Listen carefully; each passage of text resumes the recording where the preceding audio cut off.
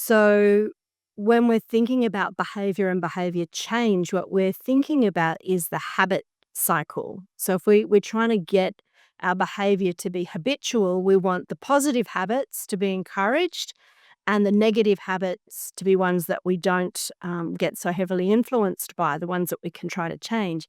That's obviously easier said than done. But the most important thing for your listeners to consider in that habit cycle is the cue. So the thing that the trigger that actually causes that habit to happen. Now, what's your take on this, the emotional intelligence piece? How important to people to be aware about their feelings and emotions? Now, we started, Catherine, how are you feeling? You quickly pick up two cards and said, this is what I'm feeling. And this is I don't want to feel. I think the most helpful thing is to name it to tame it and to better understand it. Our bodies are talking to us all the time. It's whether we can understand what our body is trying to say or whether we choose to listen to it or not. And I've got a bit of a trick that I thought I might share with you, which I've called positive action equation. And it's if I feel one of those undesired feelings, then what am I going to focus on in order to feel the desired feeling?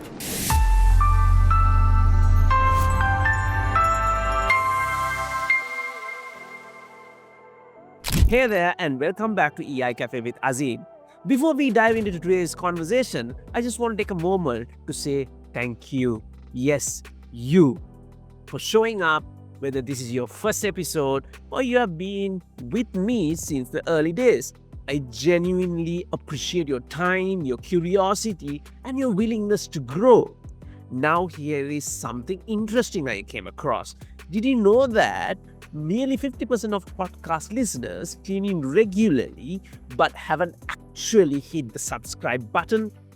Which means there are good chances you might be loving the content but still missing out on the episode that could really spark a shift in your thinking, your leadership, or even your personal growth. So, if anything you have heard on this show has ever made you pause, reflect, or just feel, go ahead and subscribe on your favorite platform and drop a quick review. It truly helps others to discover the show and maybe share an episode with someone who could use a dose of inspiration today. I am committed to making each episode more meaningful, more relevant, and truly worth your time. My promise to you, I'll keep showing up with honest conversation, inspiring voices, and ideas that matters to help you grow from inside out. All right, let's get into today's conversation. Greetings to you from Colombo, Sri Lanka. This is EI Cafe with Azim, Season 12, and I'm your host, Azim Sair, a human capital specialist, a Lego Serious Play Facilitator, ICF, PCS level coach, an emotional intelligence and emotional culture tech practitioner. I'm one of the lead facilitator at Luminary Learning Solution. This weekly show helps you to explore the impact of emotional intelligence on our lives through engaging conversation with industry leaders, innovators, executive coaches, and thought leaders. We aim to inspire and empower you. In today's episode, we are going to diving into something we often overlook in the rush to grow and succeed. Yes, the term is reflection. We heard a lot about setting goals, chasing success, thinking ahead. But what about looking back? Not with a regret, but with a purpose. Yes, reflection isn't dwelling on the past, it's decoding it. It's where the wisdom is born, lessons crystallize, and leadership takes root. Whether you are navigating change, leading team, or finding your own direction, this episode is your reminder that looking inward and backward can actually push you forward. Let's explore how reflective thinking shapes better decisions, stronger teams, and more grounded growth. Today's topic is about look back to leap forward, an approach for reflective thinking and growth in terms of leadership. My guest today is one of my tribal member who is Katherine Riddoch, founder S12 to evolve a leadership development practice dedicated to enabling people to grow and evolve through executive coaching and transformational workshop. With nearly 30 years of global experience, Catherine brings a unique blend of neuroscience, which is I'm going to really plug in today, and emotional intelligence, which is my area of work, and positive psychology, which both of us work around, into her work. She's also a co-creator of Neuro Nudges, and we're going to explore more on that, and mentor with riders and elephants, creators of the emotional culture tech. Catherine is passionate about helping people align who they are and with how they lead. And today, she is here to explore how looking back can help us look forward, ladies and gentlemen. Let's welcome Katherine Riddoch. Katherine, welcome to the cafe. Thanks, Azim. I appreciate you having me here today. All right, Katherine, I'm going to start off by thanking you. Thank you very much for accepting my invitation and joining this conversation. And I'm going to ask the question, how are you feeling right now? Let's just say, Great. how are you feeling and how do you want to feel and how do you don't want to feel? I love it. All right. Well, I am feeling playful and I'm also feeling quite thoughtful as we approach this conversation today. But given this is my first podcast appearance, I'm also feeling a little bit white card uncomfortable Okay. and white card anxious. So there are a couple of the ECD cards that I pulled Ready. for you All right. to share how I feel. All right. I'm feeling excited and I don't want to feel closed. So let's be open. Here's Catherine. Why this topic today? I think we are running very busy. Busyness has been talk of the town so far, and a lot of people are running very fast. Everybody's looking for growth. Everybody looking for success. The question lies is how are they moving forward? Are they looking back? Right. I always bring this metaphor of, driving seat. You have a dashboard, you have a windscreen, which you see front, and you have a small rear mirror on the back, the front. We should look back. Now, every time we drive, we do just look back, right? Why we're looking forward? The reason is what have we passed? What is behind for us to move forward? So that's the whole reason I wanted to have this conversation. And you bring That's a lot of think you bring a lot of experience into this particular context. So he is it, right? Let's talk about our default mode network. Default mode network is always making us to go forward. Success, success, success. Now, the component of self-awareness start missing. Now, here's my question. Let's start off with this question. Why do you think reflection is such a powerful leadership and personal growth tool with your experiences? Let's talk about great that. question. Great question. And here's where it is interesting in relation to the default mode network because you can do both with the default mode network. You can time travel, you can look back, and you can also look forward. And the default mode network region of your brain is something that is activated when you're in that process of reflection or imagination. And it's where you're able to tap into insights that you might not otherwise have experienced when you're thinking freely. And I agree, often we're way too busy to take that important pause to think about what worked well and what might be an even better if, and who do I really want to become and why is that important to me? So some gift of time to be able to reflect and think back is a really powerful way to make a bigger step forward in terms of growth and development. Um, all right. If I may ask you, what is stopping us to do that? What would be your answer? I would say because our brains are hardwired for moving forward and moving forward quickly. It actually takes effort for us to reflect and to take that time to stop. Yeah. And culturally, we're in a rush situation. And almost if we're not working, it feels like we're being lazy or being unproductive. And so really giving ourselves permission and self-compassion and prioritizing the time for a short period of reflection can be a really positive way of progressing your thinking and ideating about what you'd like your future to be. All right. Now, you're leading me into another fantastic area. You talk about brain, and Mm. you speak a lot on neuroscience perspective, right? Behaviors is something very unique, which neuroscience is part of it. And change become a problem because we don't understand how the neuroscience of our brain work. Now, Yeah. I would like to bring two aspects to this.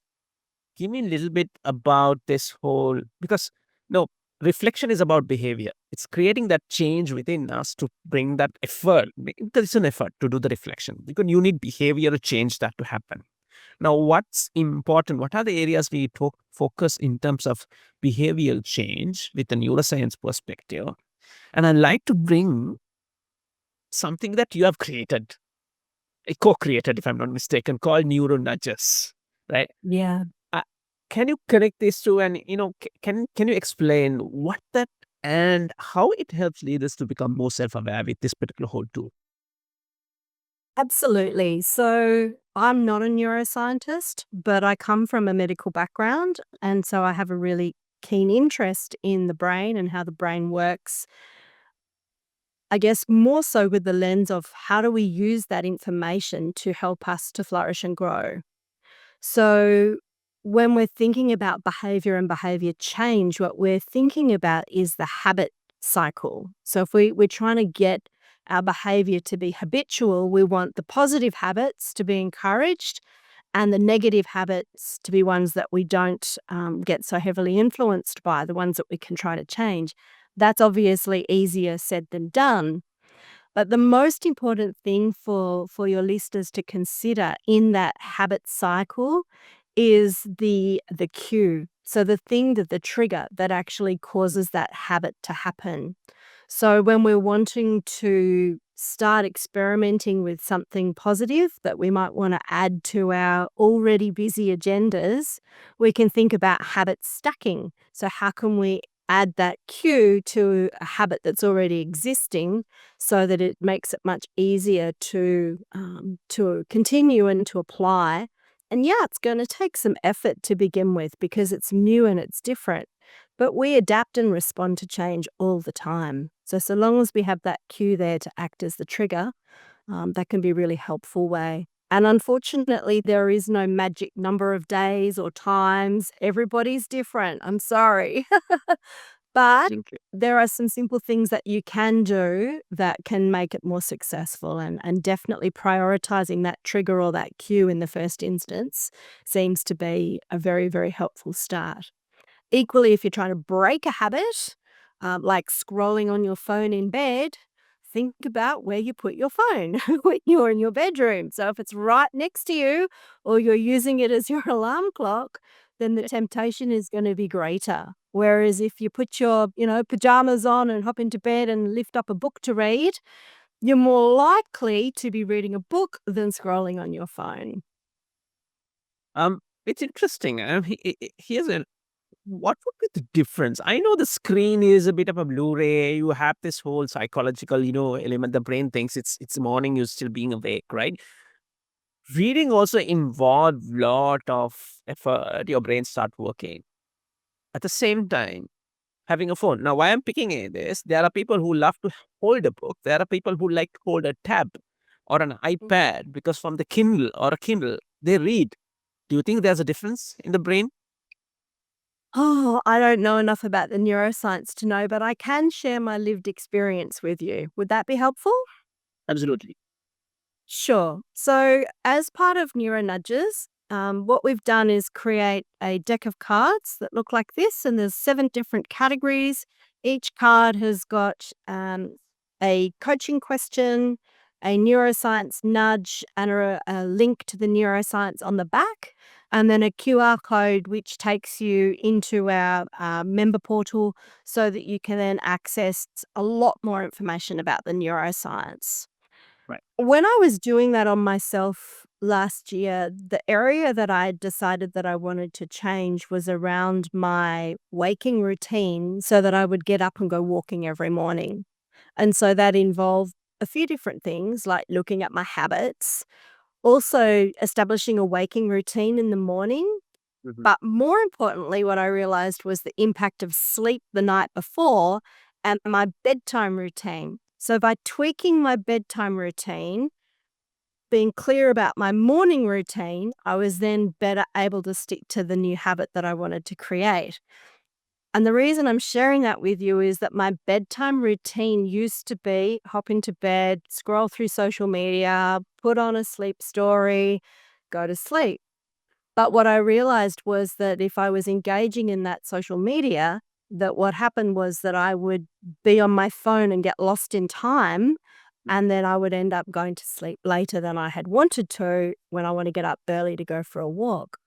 And so I tend to read on a Kindle, and yes, it's got a light in the background, but I think it's more about for me, having a story that I'm reading in my brain that takes me to another place, Right. that enables me to relax and shut down the busy narrative that's in my brain, that then allows me to, change my state and then drift off into sleep. Right. Yeah, I That also that find the yeah. sleep stories on the Mhm. Calm app super helpful, Right. and, every night I listen to the Blue Train, so it's almost the same story every night. Yeah. Yeah, there you go. There's another tip for the listeners and the viewers who's going to listen and watch this. Yes, there are apps that you can use for you to have that good sleep in the night because that's important as well.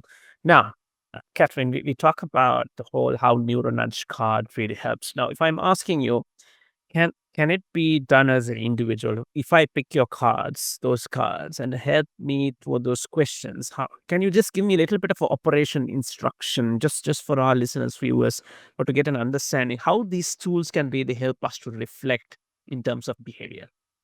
Yeah, sure. Well, so here's one that I picked. This one's a self-awareness card, and the question is, who do you believe you can become? And so the nudge is to describe the person you wish to become.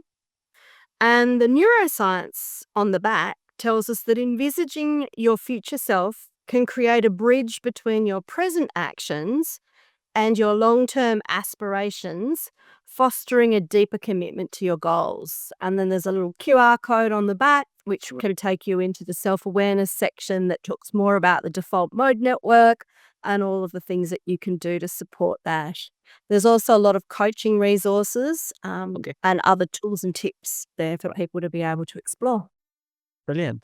Can I ask a question if you don't mind on that? Yeah, of course. So, Catherine, have you ever is there one of your client when you use this particular card? Have they you know got stuck with your thought process, finding difficult to give you the answer?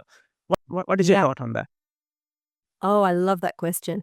So here's what I tend to do if I'm in a coaching session is I actually get a blank piece of paper and I give them a pen and I say, okay, envisage your future. Like, what are the words or the pictures or the images that you think of when you think about the person you wish to become? And often by doing something creative or something that's a little bit outside of their comfort zone, it switches into that different mode of thinking and helps them to explore what that could look like.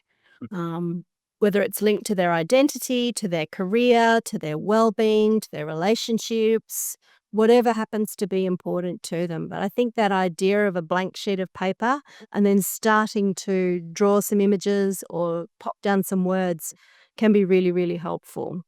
And I love the phrase, trust the idea that leads to the idea. I'm going to pick that from you.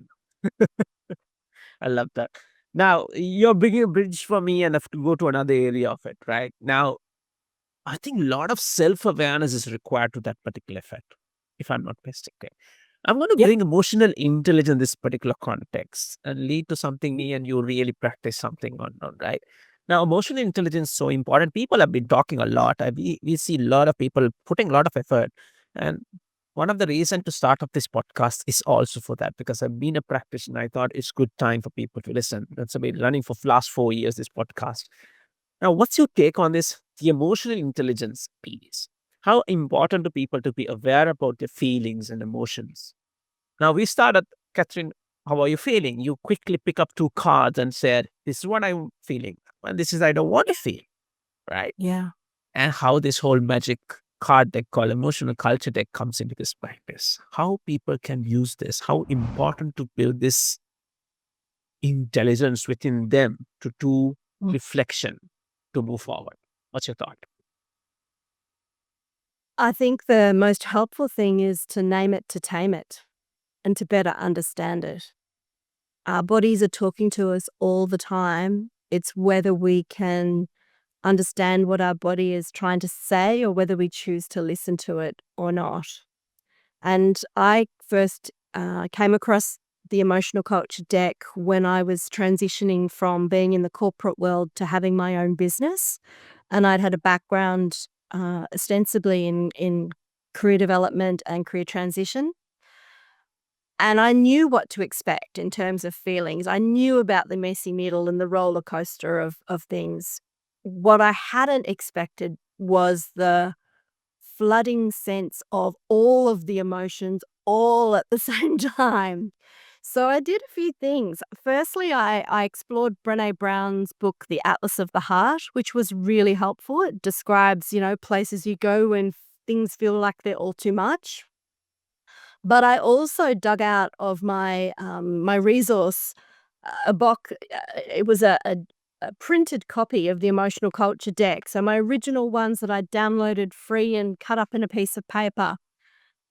And I started to explore the concept of, how do I feel? And what does my success rely on me feeling? And how do I not want to feel, but I might from time to time?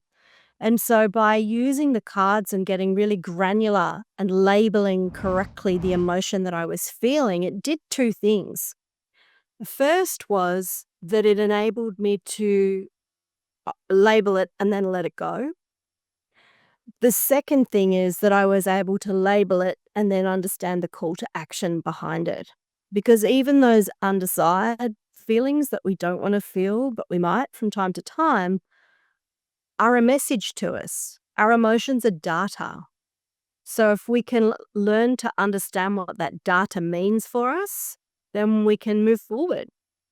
So that's why I really enjoy using the ECD, both from a reflective perspective, but also from an intention setting perspective. Yeah. I think what are the key message I think I'm deriving? It's if you want to move forward to set the intention right for the future or for the today day or tomorrow, it's important to reflect back how you have felt, right? Yeah. Now, Catherine, I totally agree. And why did I ask that question in terms of Neuro Nudge card, whether people get stuck? Because I have seen in my workshops when we run, when we give the Know Yourself handbook, they will quickly pick the cards. That's an easy go for them. I want to feel 5 cards if there's 5 cards of undesired. The moment they wanted to say like the trigger point, how do Yeah. you know you're doing this? How do you know your people feeling this or no? When you are here or no? That's the Mm. moment they got stuck. Now, what I'm trying to do, I've seen sometimes people drain a lot their energy in this particular exercise. It's a very full draining exercise, if I'm not mistaken. Yeah. You need a lot of energy. Now, I'm coming to the context of psychology, positive psychology aspect. From a Mm. strength based perspective, how can someone use reflection to do better understanding what energies or drain them? How Yeah. do you think this comes across? Yeah, I think that strengths is such a helpful way of looking at how you can access energy, um, something that's energizing in and of itself. Because if you're being authentic and true to yourself and using your natural strengths, then that energy is effortless. But a lot of the time, we may be forced to do activities or use strengths that we can do, but we find really draining. And this can be a trap for new leaders where they're identifying team members who've done a particularly good job in one area. But if they don't ask whether they enjoyed doing it or whether they found it energizing, that can be really hard because that's the the quadrant of reputation or risk or burnout if people are forced to continue using these strengths that they find de-energizing. And I've used lots of different strengths tools in the past. So things like the VIA character strengths and strengths profile. I'm aware of Clifton's strengths. Marcus Buckingham's got a great standout strengths tool as well. But why I really love the strengths profile one is because it helps you pinpoint that energy. And I think once you can tap into the things that are energizing, then that helps, right? We're already busy. So if we're coming from a place of energy, it's going to be easier for us to use those strengths rather than feel drained by the process. And to loop back to your question around reflection, we're using a part of our brain. We're using our prefrontal cortex to think strategically and to think reflectively around why we want to feel. We're doing decision making. And all of that takes a lot of energy and fuel. It's not habitual. It's not automatic.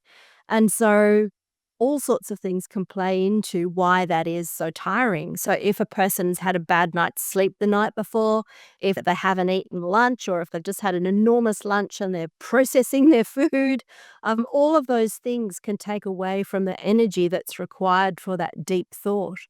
And also too, when we're thinking about those neural connections wiring and firing together, it hurts. So insights can sometimes hurt for people, but it's when we can allow ourselves that discomfort that the real learning and opportunity happens. And I've got a bit of a trick that I thought I might share with you, which I've called positive action equation.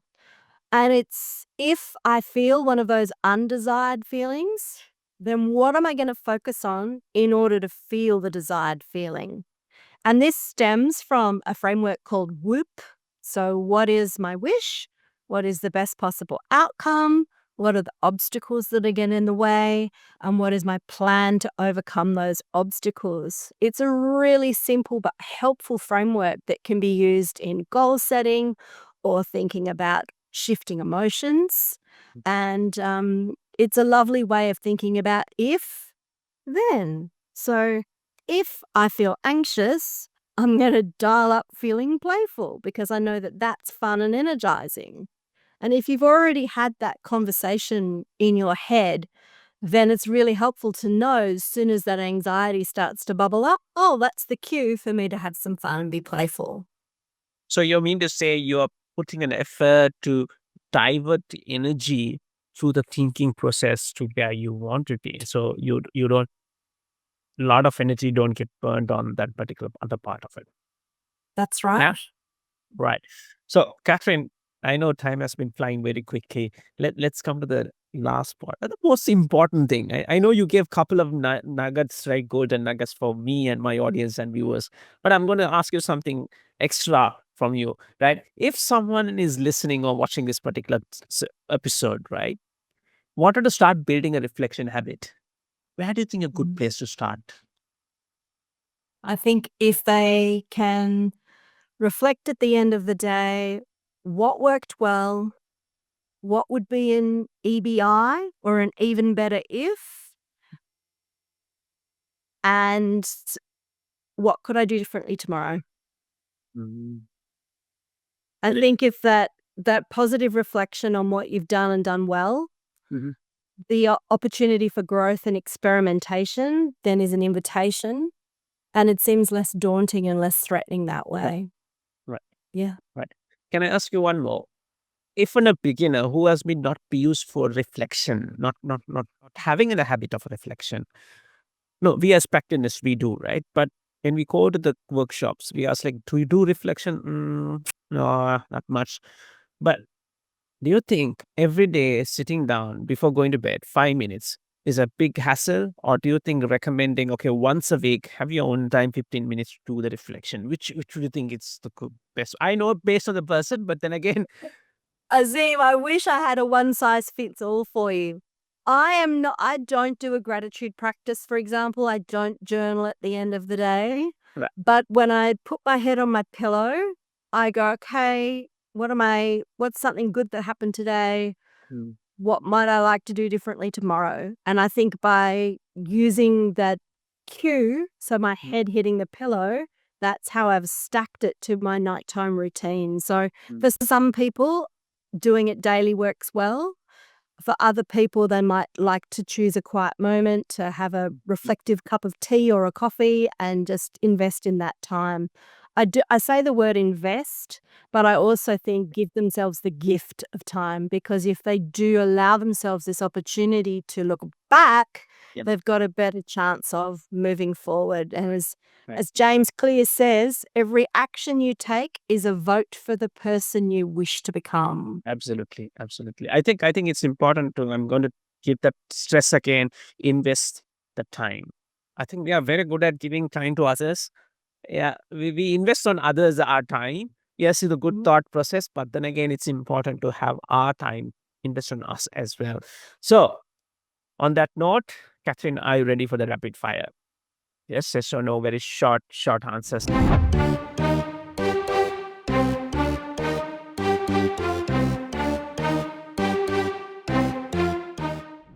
So your question number one, what is one personal reflection that changed how you lead today?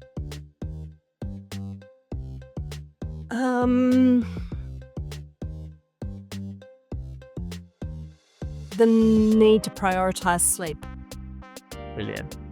Question number two, if you could give your younger self one leadership insight, what would it be? Compassion. Compassion. Question number three, reflection in one word. What does it mean to you? Gift. I know you mentioned you don't journal, but here's the question. Do you journal, meditate, or do something else to reflect? And why that method?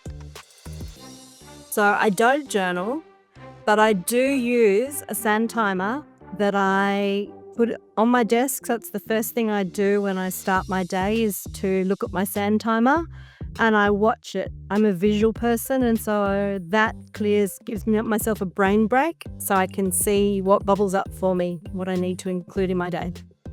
Hey, that's brilliant. That's the end of our rapid fire at the same time. And that's what we have for today as well. And there you have it. Look back to leap forward. In a world that, pushes us to keep moving forward, we often forget that greatest leap starts with a moment of reflection. True growth, whether personal or professional beginnings, when we take time to understand where we have been, what we have learned, and how those moments shape who are we becoming. To my guest, Catherine, thank you very much for sharing your reflection and wisdom with such honestly. And of course, audience, viewers, and listeners, if you'd like to get connected with Catherine, LinkedIn is the best place to be to catch off. Of course, I will share her all the social media as well as her website to evolve the Neuro Nudges on the podcast note as well. On that note, Catherine, thank you very much for your valuable insight and wisdoms and reflection you brought us today. And it has been a great, in fact, it has been a great reflection conversation. And My pleasure, Azim. I'm feeling joy, all right, energized. I'm feeling connected. So Lovely. I think both the brains start working as a brilliant conversation. Once again, thank you very much and I wish you all the very best. My pleasure. Thanks for tuning in to another episode of EI Cafe with Azim. If this episode resonates you, don't miss out these conversations too. Episode number 111, Transforming Organizational Challenges with Human-Centered Strategies with Juan Broderick. Episode number 59, How to Get the Best Out of Your Teams with Ishan Galapati. Episode number 36, Power of Daily Question to Pursue Your Goals with Abdullah Al-Jarf. Every episode is a step into the power of emotional intelligence in leadership, teams, or life. If it sparked reflection, clarity, or action, leave a review, share your comments and thoughts, or pass it to someone who will get the benefit of this. This is EI Cafe with Azim. Checking out from the cafe, my name is Azim Sahil. And until next time, tune into your emotions and turn them to insight.